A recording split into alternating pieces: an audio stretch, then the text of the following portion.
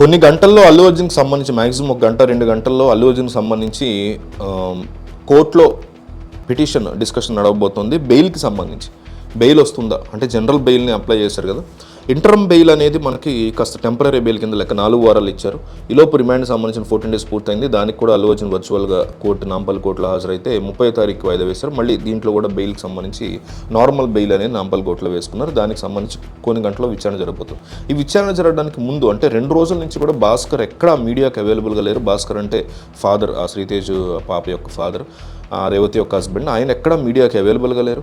ఆయన దిల్ష్ నగర్ కొత్తపేట ఏరియాకి చెందినటువంటి వ్యక్తి. అట్లాగే నిమ్స్ దగ్గర ఆయన కోసం ఒక సపరేట్గా రూమ్ తీసుకున్నారు. ఆ రూమ్ దగ్గర ఆయన కనపడట్లేదు.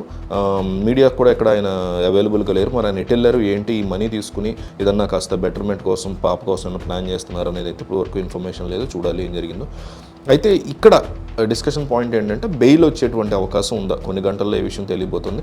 అయితే అల్లు అర్జున్ విషయంలో బెయిల్ రావాలి అంటే ఆయన లాయర్ నిరంజన్ రెడ్డి వినిపించబోయేటువంటి వాదనలు ఏ రకంగా ఉంటాయి. మా వాడి తప్పు కూడా ఉంది, అందరితో పాటుగా ఉంది, నెగ్లిజెన్స్ పరంగా ఇది జరిగింది, అంతేగాని కావాలని చేసింది కాదు అని కనుక ఆయన ప్రూవ్ చేయగలిగితే బెయిల్ వచ్చే అవకాశం ఉంది. కానీ పోలీసులు మాత్రం ఇప్పటి వరకు జరిగినటువంటి సంఘటనల నేపథ్యంలో ఈ అంశాన్ని చాలా సీరియస్గా తీసుకున్నట్టు కనిపిస్తున్నారు. పబ్లిక్ ప్రాసిక్యూటర్ కూడా తన ఎవిడెన్సెస్ని సిద్ధం చేసుకున్నారు. సీసీటీవీ మీద ఫుటేజ్ కావచ్చు, వెళ్ళమని చెప్పినప్పుడు అల్లు అర్జున్ వెళ్ళకపోవడం కావచ్చు, నేరుగా ఏసీపీఏ వచ్చి నేను చెవిలో చెప్పినా కూడా వెళ్ళలేదు అనేటువంటి దాన్ని కోర్టులో కనుక సాక్ష్యంగా చెప్తే అది చాలా పెద్ద ఇబ్బంది అయ్యేటువంటి పరిస్థితి.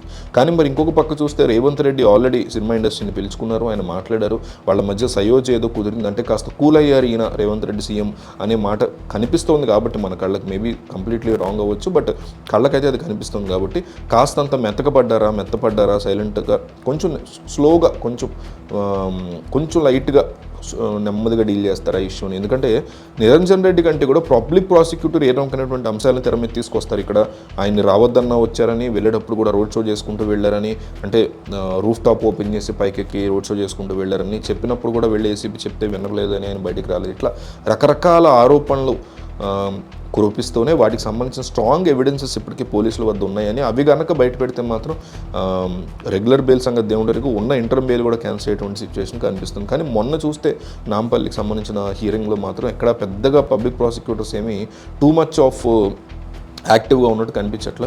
సో నా దృష్టిలో ఏంటంటే రెగ్యులర్ బెయిల్ వచ్చేలాగానే కనిపిస్తుంది కొన్ని గంటల్లో, నాకు వరకు ఉన్నటువంటి ఆలోచనలో.